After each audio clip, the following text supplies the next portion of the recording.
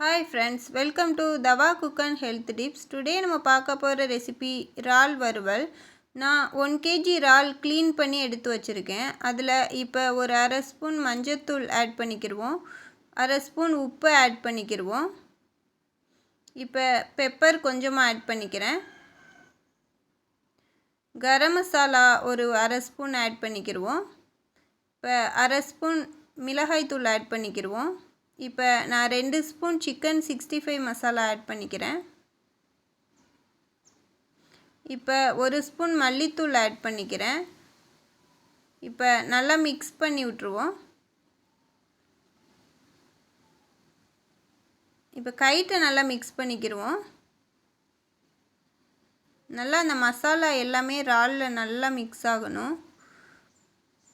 நல்லா மிக்ஸ் ஆயிடுச்சு. இப்போ அதை அப்படியே ஒரு 1/2 hour ஃப்ரிட்ஜில் ஸ்டோர் பண்ணி வச்சுருவோம். இப்போ 1/2 hour ஆயிடுச்சு, அதை அப்படியே எடுத்து வச்சுக்கிடுவோம். இப்போ ஒரு கடாய் அடுப்பில் வச்சுக்கிடுவோம். வச்சுட்டு கடாய் நல்லா ஹீட் ஆகவும் அதில் ஆயில் ஆட் பண்ணிக்கிடுவோம். ஆயில் நல்லா ஹீட் ஆகட்டும். இப்போ நான் பிரிஞ்சி இலை 2 ஆட் பண்ணிக்கிறேன். பட்டை 2 ஆட் பண்ணிக்கிறேன். இப்போ ஒரு ஸ்பூன் சோம்பு ஆட் பண்ணிக்கிறேன். இப்போ அதை நல்லா மிக்ஸ் பண்ணி விட்டுருவோம்.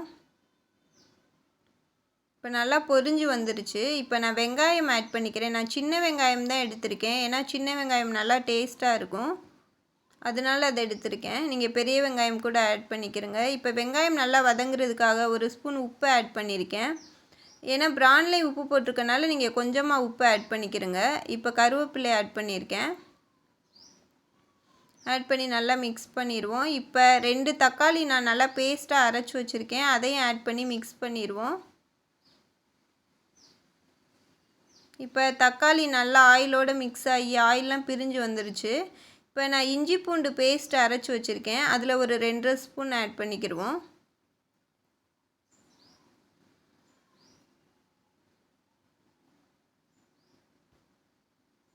ஆட் பண்ணி அந்த பச்சை வாசனை எல்லாமே போகிற அளவுக்கு நல்லா மிக்ஸ் பண்ணி விட்ருங்க.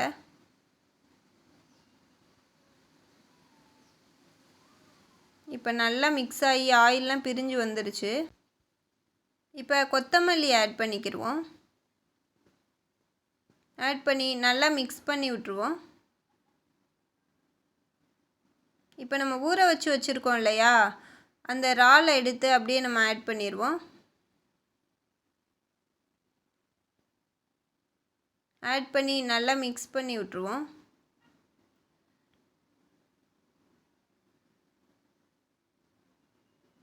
இப்போ அந்த மசாலா வச்சுருந்தேன் இல்லையா, அதை மட்டும் லைட்டாக கழுவி ஊற்றுறேன். நீங்கள் தண்ணி ஆட் பண்ணாதீங்க, ஏன்னா மூடி போட்டு வச்சுருக்கிறப்ப நம்மளுக்கு அதிலையே தண்ணி வந்து ரிலீஸ் ஆகும். இப்போ பாருங்கள் எவ்வளோ தண்ணி ரிலீஸ் ஆகி வந்திருக்குன்னு சொல்லிட்டு. ஏன்னா இது வந்து நம்ம ட்ரையாக பண்ணுறதுனால நம்மளுக்கு தண்ணி ஊற்றாமல் பண்ணால் தான் நல்லாயிருக்கும் டேஸ்ட்டாக. பாருங்கள் எவ்வளோ தண்ணி வந்திருக்குன்னு சொல்லிட்டு. இப்போ நல்லா மிக்ஸ் பண்ணி விட்ருவோம். இந்த தண்ணி எல்லாமே நல்லா ட்ரை ஆகி நல்லா உங்களுக்கு இறாலோட மிக்ஸ் ஆகி வரணும். இப்போ நல்லா கொஞ்சம் ட்ரை ஆயிடுச்சு. இப்போ நல்லா சூப்பராக வந்துருச்சு பாருங்கள், நல்லா உதிரி உதிரியாக நல்லா வந்துருச்சு, ஒன்றோட ஒன்று ஒட்டாமல். இது மாதிரி கண்டிப்பாக செஞ்சு பாருங்கள் ஃப்ரெண்ட்ஸ், சூப்பராக இருக்கும். செஞ்சு பார்த்துட்டு எப்படி இருக்குன்னு சொல்லிவிட்டு கமெண்ட் பண்ணுங்கள். மறக்காமல் நம்மளோட சேனலை சப்ஸ்கிரைப் பண்ணிடுங்க. அப்படியே பக்கத்தில் உள்ள பெல் ஐக்கானை கிளிக் பண்ணி ஆல் கொடுத்துருங்க. அப்போ தான் நம்ம போடுற வீடியோ எல்லாமே நோட்டிஃபிகேஷனில் வரும். தேங்க்ஸ் ஃபார் வாட்சிங்.